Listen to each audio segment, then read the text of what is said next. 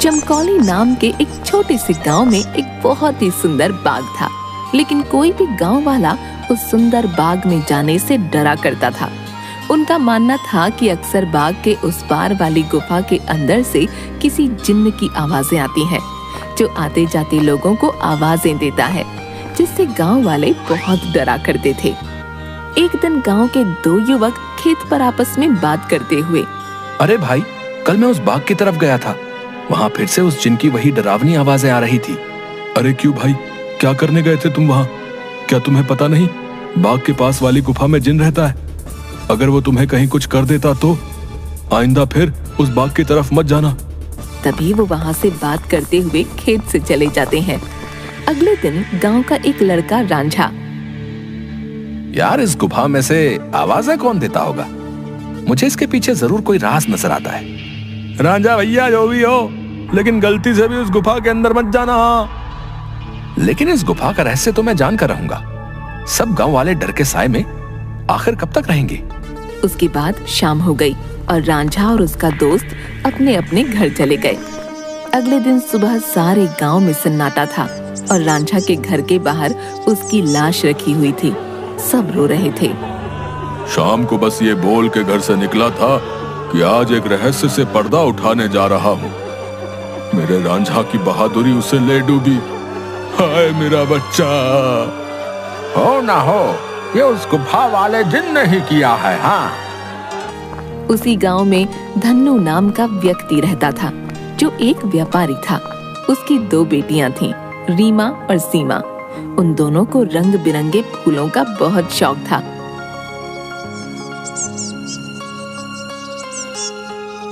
बहुत दिन हो गए हैं, चलो आज हम गांव के बाग में चलते हैं। न जाने क्यों हमें बाबूजी उस बाग में जाने से मना करते हैं। इस पूरे गांव में एक वही जगह है जहाँ कितने सुंदर सुंदर फूल होते हैं। हाँ सीमा, वो बाग सच में बहुत सुंदर है। उस बाग में बहुत सुंदर सुंदर फूल होते हैं, लेकिन बाबूजी हमें जाने नहीं देते। वो कहते हैं गांव के बाग के उस पार एक गुफा है जो बहुत ही भयानक है, हमारा जाना वहाँ सही नहीं होगा। लेकिन गांव की रांझा भाई की मौत के बाद तो गुफा और ज्यादा डरावनी लगने लगी है। अरे रीमा, ये सब झूठी बातें हैं, मुझे नहीं लगता वहाँ ऐसा कुछ है।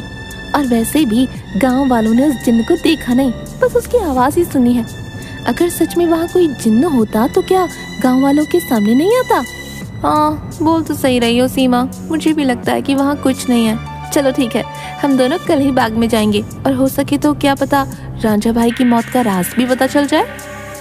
हाँ, कुछ नहीं है, वहाँ हम दोनों सुबह चलेंगे, तब तुम खुद ही देख लेना। लेकिन बाबूजी हमें नहीं जाने देंगे सीमा। कल बाबूजी सुबह किसी काम से शहर जाएंगे, उनके जाते ही हम दोनों बाग में जाएंगे। रीमा अपना सिर हिलाती हुई ठीक है। इसके बाद दोनों बहनें अपने कमरे में जाकर सो जाती हैं। अगली सुबह, देखो मेरी प्यारी बेटियों, मैं किसी काम से शहर जा रहा हूँ। तुम दोनों अपना ख्याल रखना और उस बाग में फूल तोड़ने मत जाना। वो जगह अच्छी नहीं है, कोई भी गांव वाला वहां नहीं जाता। पता है ना, रांझा भी वहीं जाने से मारा गया था। हम दोनों बहनें उस बाग में नहीं जाएंगी। इसके बाद धन्नू वहां से चला जाता है। उसके जाते ही दोनों बहनें उस बाग की तरफ जाने लगती हैं कि तभी एक गांव का आदमी उन्हें देख लेता है। अरे सीमा और रीमा बिटिया, तुम इस बाग की तरफ कहाँ जा रही हो? क्या तुम्हें नहीं पता कि बाग की उस तरफ एक गुफा है जो बहुत ही डरावनी है? वहां से अक्सर किसी जिन की आवाज आती है। अरे काका, हम दोनों बस बाग में ही जा रहे हैं, वहाँ से कुछ फूल लेकर बस अभी आ जाएंगे। आप चिंता मत कीजिए, हम बाग के उस तरफ वाली गुफा में नहीं जाएंगे। चलो ठीक है बेटिया, लेकिन तुम दोनों शाम होने से पहले आ जाना। अच्छा, अब मैं चलता हूँ। इसके बाद वो आदमी वहाँ से चला जाता है। थोड़ी दूर चलने पर सीमा और रीमा देखती हैं कि दो चोर आपस में बातें कर रहे होते हैं। अरे भाई, हम ये सही कर रहे हैं क्या? गांव वाले तो कहते हैं उस गुफा में एक जिन रहता है जो लोगों को आवाजें देता है। मुझे नहीं लगता है ऐसा कुछ है। वो गुफा गांव के सरपंच की है। मुझे तो लगता है उसमें बहुत सारा खजाना होगा। सब गांव वालों को डराने का बहाना है। बस चलो, चलकर आज देख ही डालते हैं। इसके बाद वो दोनों गुफा की ओर जाने लगते हैं। उन्हें गुफा की ओर जाता देख रीमा और सीमा भी उनके पीछे जाने लगती हैं कि तभी वो देखती हैं कि वो दोनों चोर गुफा के अंदर जाने ही वाले होते हैं कि वहाँ एक औरत आती है जो देखने में काफी भयानक होती है और उसके हाथ में एक टोकरी होती है जिसमें बहुत सारे रंग बिरंगे फल होते हैं। तभी वो औरत उन दो चोरों से कहती है, कहाँ जा रहे हो तुम दोनों? क्या तुम्हें पता नहीं इस गुफा में एक जिन्न रहता है? वो तुम्हें मार डालेगा। चले जाओ यहाँ से, चले जाओ। क्या कहा? जिन? अरे बाबा! कि तभी उस जिन्न की आवाज आती है, कौन है वहाँ? क्या कोई मुझे सुन पा रहा है? अंदर आओ, निकालो मुझे यहाँ से। जिन्न की ऐसी डरावनी आवाज सुनकर वो दोनों डर जाते हैं। अरे भैया भागो, इस गुफा के अंदर तो सच में कोई जिन है, भागो यहाँ से। और वो दोनों वहाँ से भाग जाते हैं। मैंने तो पहले ही कहा था, यहाँ दोबारा मत आना, वो तुम्हें जिंदा नहीं छोड़ेगा। ये सब रीमा और सीमा देख रही थीं कि तभी वहाँ रीमा और सीमा के सामने वो औरत आ जाती है जो देखने में काफी भयानक होती है, जिसके हाथ में बहुत सारे रंग बिरंगे फल होते हैं। कहाँ जा रही हो तुम दोनों? सीमा और रीमा डरते हुए, हम तो बस ऐसे ही बाग घूमने आए थे काकी, लेकिन आप यहाँ क्या कर रही हैं? मैं तो यहीं रहती हूँ, यही बाग मेरा घर है। तुम दोनों यहाँ से जल्दी चली जाओ, वरना वो जिन्न तुम्हें छोड़ेगा नहीं। जाओ यहाँ से। क्या सच में बाग के उस पार वाली गुफा में कोई जिन्न है काकी? हाँ, और वो बहुत खतरनाक है। तुम दोनों यहाँ से जल्दी चली जाओ। इसके बाद वो औरत वहाँ से चली जाती है। मुझे बहुत डर लग रहा है, अब मैं इसके आगे नहीं जाऊंगी। मुझे लगता है वो औरत सच बोल रही है, वो जिन्न हमें मार डालेगा। मैं नहीं जाऊंगी उस गुफा में। ठीक है, तो मेरा यही इंतजार करना। मैं सच जानना चाहती हूँ, क्या वाकई वो आवाज जिन्न की है या नहीं? इसलिए मैं तो गुफा के अंदर जा रही हूँ। तुम यहाँ से कहीं मत जाना, मैं जल्दी आ जाऊंगी। इसके बाद रीमा अकेले ही आगे चलती है।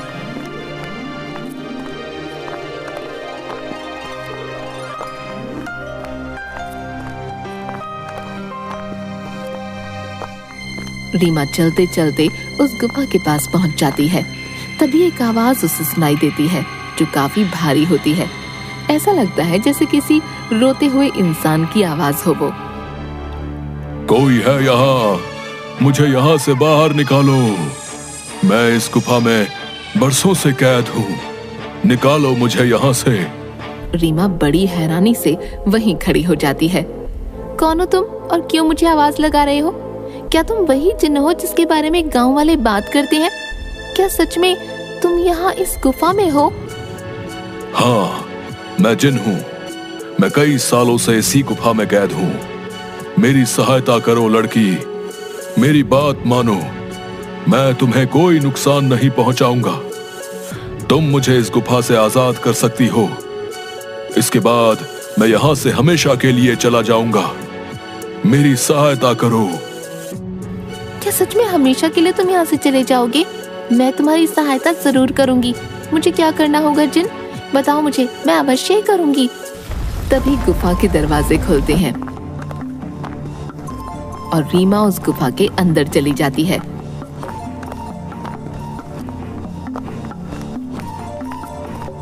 जैसे ही वो अंदर जाती है, एक बहुत बड़ी अजीब से जानवर की परछाई उसे नजर आती है जो देखने में बहुत ही डरावनी होती है। आओ लड़की, तुम्हारा जिन की इस गुफा में स्वागत है। मैं कई सालों से गुफा के बाहर आते जाते लोगों को आवाजें लगाता हूँ। सब गांव वाले डर कर भाग जाते हैं। कोई भी गांव वाला इस गुफा में आने की हिम्मत नहीं कर पाता। लेकिन तुम बहुत ही बहादुर लड़की हो जो इस गुफा में अकेली चली आई हो। क्या तुम जिन्न हो? लेकिन तुम मुझे दिखाई क्यों नहीं दे रहे हो? क्या तुम किसी को दिखाई नहीं दे सकते हो? नहीं, मैं जिन नहीं हूँ लड़की। मैं उस जिन की परछाई हूँ। वो जिन तो इस गुफा के कैद खाने में बरसों से कैद है। वो बाहर नहीं आ सकता है। मैं उसकी परछाई हूँ। परछाई? तुम मुझे ये बताओ कि वो जिन इस गुफा में कैद क्यों है? क्या जिन्न के इस गुफा में रिहा होने का कोई मार्ग नहीं है? मार्ग है लड़की, और तुम उस मार्ग तक पहुंच सकती हो, लेकिन इसके लिए तुम्हें इस गुफा के तहखाने में जिन के पास जाना होगा। वही जिन तुम्हें उसकी मुक्ति का राज बताएगा। जिसके बाद रीमा हाथ में जलती हुई एक आग की मशाल लेकर उस गुफा की ओर जाती है। जैसे ही रीमा तहखाने के अंदर जाती है तो उसे एक आग जलती हुई दिखाई देती है। वो जैसे ही उस आग के पास जाती है, हे जिन, मैं यहाँ तुम्हारी मदद करने आई हूँ, क्या तुम मुझे सुन सकते हो? उसे उस जिन्न की आवाज आती है। आओ बहादुर लड़की, मैं तुम्हारा ही इंतजार कर रहा हूँ। मैं जानता हूँ कि तुम ही मुझे इस गुफा से मुक्ति दिला सकती हो। तुम्हारा इस गुफा में स्वागत है लड़की। तुम बहुत ही बहादुर हो जो इस गुफा में आई हो। मेरा नाम जिनाद है। मैं यहाँ कई सालों से बंद हूँ। मेरे सामने आओ जिन्नात, मैं तुम्हें देखना चाहती हूँ। कि तभी अचानक से जिन्नात उसके सामने आता है, जो बहुत ही डरावना होता है। एक बहुत ही भयानक सा दिखने वाला, जिसके सिर पर एक लंबी चोटी होती है जो काफी बड़ा होता है। रीमा के सामने वो आता है। उसे देखकर रीमा थोड़ा डर जाती है। देखो, तुम डरो मत लड़की, मैं तुम्हें कुछ नहीं करूंगा। मैं जानता हूं कि तुम मेरी मदद करने आई हो, लेकिन मेरी मदद करना इतना भी आसान नहीं है। तुम एक बार और सोच सकती हो। क्या तुम वाकई मेरी मदद करना चाहती हो? लेकिन मैं तुम्हारी मदद कैसे कर सकती हूँ, और तुम यहाँ कैद कैसे हुए? बताता हूँ। बहुत साल पहले इस गुफा में एक औरत रहती थी। वो बहुत गरीब थी। वो गुफा के बाहर वाले बाग से फल तोड़ा करती थी और उन्हें ही खाया करती थी। एक दिन उसने बाग के सारे फल तोड़ लिए और यहां इस गुफा में लेकर आ गई। उन्हीं फलों के बीच एक रहस्यमयी फल भी था, जो बहुत ही चमकदार था और जिस पर मेरी नजर थी। वो फल मेरी उम्र 100 साल और बढ़ा सकता था, लेकिन मैं उस फल को तब तक नहीं छू सकता था जब तक कोई इंसान उस फल को उसके पेड़ से तोड़ ना ले। एक दिन वो औरत चमकदार फल को उसके पेड़ से तोड़कर इस गुफा में ले आई। जब मैंने देखा तो मैं उसके पीछे इसी गुफा में आ गया और मैंने उससे कहा कि हे औरत, तुम जो बाग से सबसे सुंदर और चमकदार फल तोड़कर लाई हो, वो मुझे दे दो। इसके बदले में तुम जो भी 2 इच्छाएं मांगोगी वो पूरी होंगी। ठीक है, मैं तुम्हें वो फल दे देती हूँ, लेकिन मेरी 2 इच्छा है। पहली ये कि तुम मुझे वरदान दो, आज से ये बाग मेरा होगा, और दूसरी ये कि तुम इस गुफा में ही कैद रहोगे, ताकि इस बाग में कोई भी तुम्हारे डर से ना आ सके और हमेशा के लिए मैं ही इस बाग में राज करूं। वो औरत मुझे फल तो दे देती है। उस फल से मेरी उम्र तो 100 साल बढ़ गई, लेकिन उस औरत को दिए गए वरदान की वजह से मैं यहीं कैद हो गया। तब से ही मैं इस तहखाने में कैद हूँ। क्या अब से पहले किसी ने आपको यहाँ से बाहर निकालने की कोशिश नहीं की? इससे पहले गांव के एक लड़के ने मुझे बचाने की हिम्मत दिखाई थी, लेकिन जैसे ही वो लड़का उस चमत्कारी फल को लेकर गुफा में आ रहा था, तभी उस बूढ़ी औरत ने उसको मौत के घाट उतार दिया और सारे गांव में बात फैल गई कि मैंने उसको मारा है। हाँ, वो लड़का हमारे गांव का रांझा भैया थे। उसको उस बूढ़ी औरत ने मारा। मैं आपको यहाँ से आजाद जरूर करवाऊंगी, लेकिन मुझे तुम्हें यहाँ से आजाद कराने के लिए करना क्या होगा? तुम्हें यहाँ से उस बाग में जाना होगा। वहां तुम्हें उस बाग में रहने वाली उसी औरत की झोपड़ी दिखेगी, जिसके कारण मैं इस गुफा में कैद हूँ। तुम्हें उसकी झोपड़ी में जाना होगा। वहां से तुम्हें सबसे सुंदर और चमकदार फल लाना होगा। मेरी मुक्ति का राज उस फल में ही कैद है। ध्यान रखना बहादुर लड़की, उस औरत की झोपड़ी में कोई नहीं जा सकता है। जब वो सो रही होगी, तुम्हें तब ही जाना होगा और उसकी फलों की टोकरी में से सबसे चमकता फल लेकर आना होगा। उसी फल में तुम्हें मेरी मुक्ति का राज मिलेगा। लेकिन तुम्हें यह काम बड़ी होशियारी से करना होगा। अगर उस औरत को पता चल गया तो वो तुम्हें जिंदा नहीं छोड़ेगी। ठीक है जिन, मैं तुम्हारे लिए वो चमकदार फल जरूर लेकर आऊंगी। मैं तुम्हारा इंतजार करूंगा बहादुर लड़की। इसके बाद रीमा वहां से बाग में जाती है और उस औरत की झोपड़ी की ओर बढ़ने लगती है। रीमा देखती है कि उस औरत की झोपड़ी में कोई नहीं है। वो इधर उधर देखती है और उस झोपड़ी के अंदर चली जाती है। रीमा अंदर जाकर देखती है कि बहुत सारे फल उस औरत की झोपड़ी में रखे हैं। अरे ये तो कितने सारे फल हैं, लेकिन इन सब में कोई भी फल बहुत ज्यादा नहीं चमक रहा। तभी अचानक रीमा देखती है कि वही औरत अपनी झोपड़ी की तरफ आ रही है। ये देखते ही रीमा दरवाजे के पीछे छुप जाती है। वो औरत अपनी झोपड़ी में आती है और उसके हाथ में एक टोकरी होती है जिसमें बहुत सारे फल रखे होते हैं। वो अपनी टोकरी एक टेबल पर रख देती है और पास ही पड़ी चारपाई पर सो जाती है। ये देख थोड़ी देर बाद रीमा बाहर आती है और उन फलों की टोकरी में से सबसे चमकता फल देखती है। लगता है यही वो चमकदार फल है जिसके बारे में वो जिन बात कर रहा था। रुको लड़की, तुम मेरा ये जादुई फल लेकर कहाँ जा रही हो? मुझे मेरा फल वापस करो, वरना मैं तुम्हें यहाँ से नहीं जाने दूंगी। रीमा ये सुनकर डर जाती है। मुझे फल ले जाने दो काकी, मैं इस फल को उस जिन्न को देकर उसे उस गुफा से आजाद कराना चाहती हूँ, ताकि सारे गांव वाले बिना डरे यहाँ सकें। मुझे इस फल को लेकर जाने दो काकी। क्या कहा लड़की? तुम मेरी कई सालों की मेहनत पर पानी फेर देना चाहती हो? उस जिन्न के रिहा होते ही ये सब गांव वाले मुझे इस बाग से निकाल देंगे। नहीं नहीं, मैं ऐसा नहीं होने दूंगी। मुझे ये चमकदार फल वापस करो। ये सुनकर रीमा वहाँ से उस फल को लेकर भागने लगती है और वो औरत भी उसके पीछे ही भागने लगती है।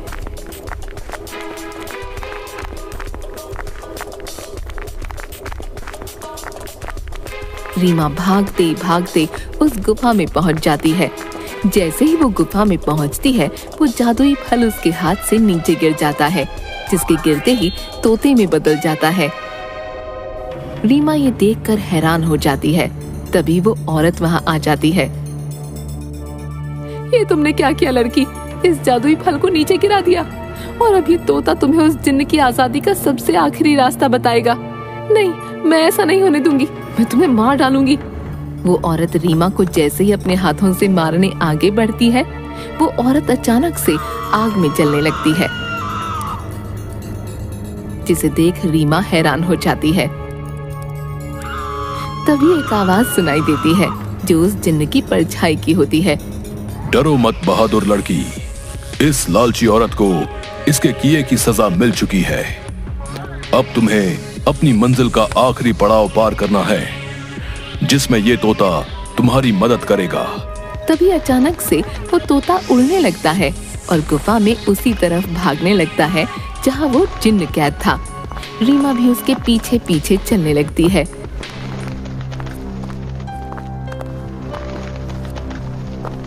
वो तोता एक छोटी सी खिड़की के पास जा बैठता है जो काफी चमक रही थी। तभी तोते की आवाज आती है। सुनो बहादुर लड़की, तुम्हें इस चमकदार खिड़की को खोलना होगा, जिसकी चाबी तुम्हें ढूंढनी होगी। मैं तुम्हें 2 रास्ते बताऊंगा, जिस पर चल के तुम्हें इस खिड़की को खोलने वाली चाबी मिलेगी। लेकिन 2 रास्तों में से तुम्हें कोई एक रास्ता चुनना होगा। पहला रास्ता एक गुलाब के फूल की तरफ जाता है जो बाग की तरफ है। दूसरा रास्ता एक अंधेरे की तरफ है जो इसी गुफा में उस तहखाने की तरफ जाता है जहां वो जिन कैद है। जाओ और अपना रास्ता चुन लो। रीमा काफी देर सोचने के बाद मैं गुफा वाला रास्ता ही चुनूंगी जो अंधेरे की तरफ जाता हो। जिसके बाद रीमा गुफा की ओर चलने लगती है कि तभी रीमा को एक सिक्का दिखाई देता है। अरे ये इतना चमकता हुआ सिक्का यहाँ कैसे आया और ये सिक्का इतना चमक क्यों रहा है? रीमा जैसे ही वो सिक्का हाथ में उठाती है, पूरी गुफा में रोशनी हो जाती है। अरे ये तो पूरी गुफा में रोशनी हो गई। तभी वो सिक्का अचानक उड़ने लगा। अरे ये सिक्का उड़ क्यों रहा है? रीमा उस सिक्के के पीछे पीछे चलने लगती है। थोड़ी दूर चलने पर रीमा देखती है कि 4 चाबियां अलग अलग रंग की थीं, जो हवा में उड़ रही थीं। अरे ये तो वही चाबियां हैं जिसके बारे में वो तोता बता रहा था। लेकिन अब इनमें से सही चाबी कौन सी होगी, ये कैसे पता चले? तभी रीमा को एक आवाज आई जो उस जिन्न की परछाई की थी। बहादुर लड़की, तुम्हें इनमें से एक चाबी उठानी है। याद रखना, तुम्हें एक सही चाबी उठानी है, लेकिन याद रहे तुम्हें बड़ी होशियारी से ही एक चाबी उठानी होगी। अगर तुमने गलती से गलत चाबी चुन ली तो ये चारों चाबियां गायब हो जाएंगी और तुम कभी भी जिन को आजाद नहीं कर पाओगी। ये सुन रीमा हैरान हो जाती है। क्या? हे भगवान, ये किस दुविधा में डाल दिया है। अब मैं कैसे इन चारों चाबियों में से सही चाबी चुनूं?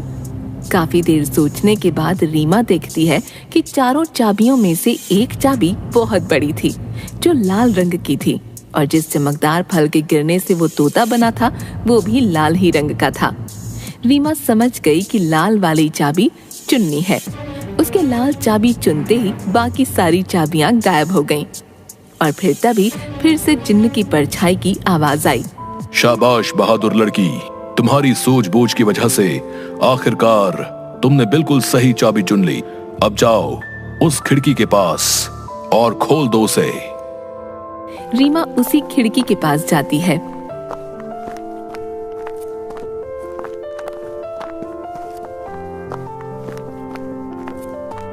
और देखती है कि अभी भी वो तोता उस खिड़की के पास ही बैठा था। ये देखो, मैं इस खिड़की की चाबी ले आई हूँ। तुम वाकई बहुत बहादुर हो लड़की। अब तुम इस चाबी से इस खिड़की को खोल दो। रीमा जैसे ही उस चाबी को खिड़की में लगाती है, खिड़की अचानक से खुल जाती है। रीमा देखती है उस खिड़की के बाहर बहुत रोशनी थी, जिसकी चारों तरफ बहुत सारे चमकदार फल चमक रहे थे और बहुत सारी तितलियां उनके पास मंडरा रही थीं। वो तोता उस खिड़की में उड़ता हुआ चला जाता है और तोता खिड़की के बाहर जाते ही उस जिन्न में बदल जाता है, जो कई सालों से गुफा में बंद था।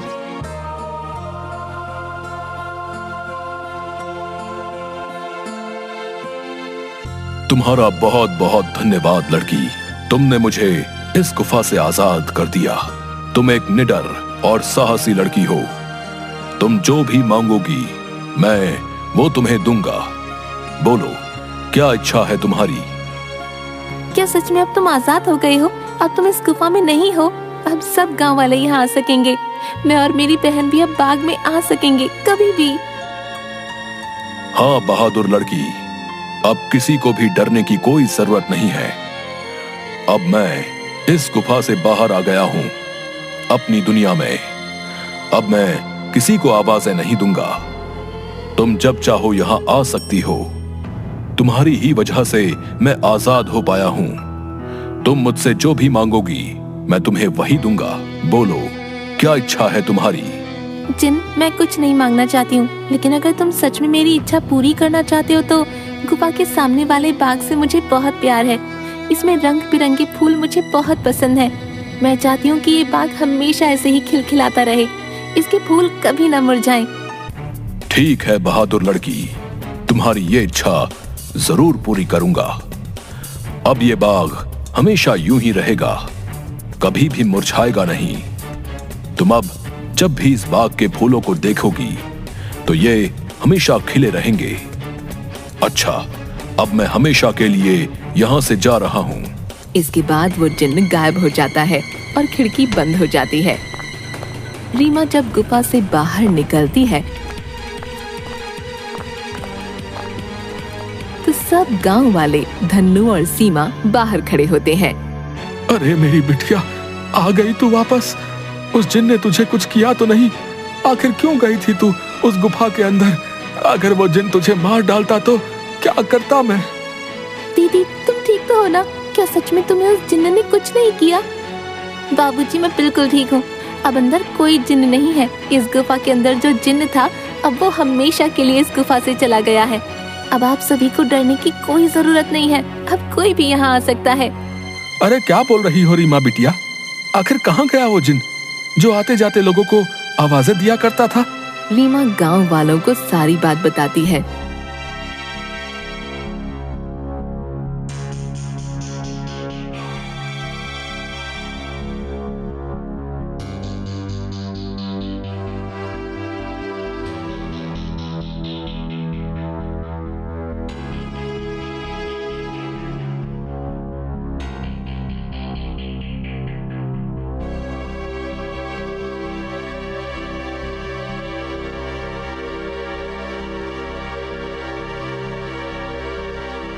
थोड़ी देर बाद गांव वाले बहुत खुश होते हैं और रीमा से बोलते हैं, अरे रीमा बिटिया, तुम तो सचमुच में बहुत बहादुर हो।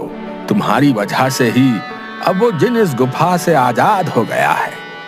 अब हम गांव वालों को डरने की कोई जरूरत नहीं है और रांझा की मौत का रहस्य भी सब गांव वालों को पता चल गया। इसके बाद गांव वाले बिना डरे हंसी खुशी गांव में रहने लगते हैं।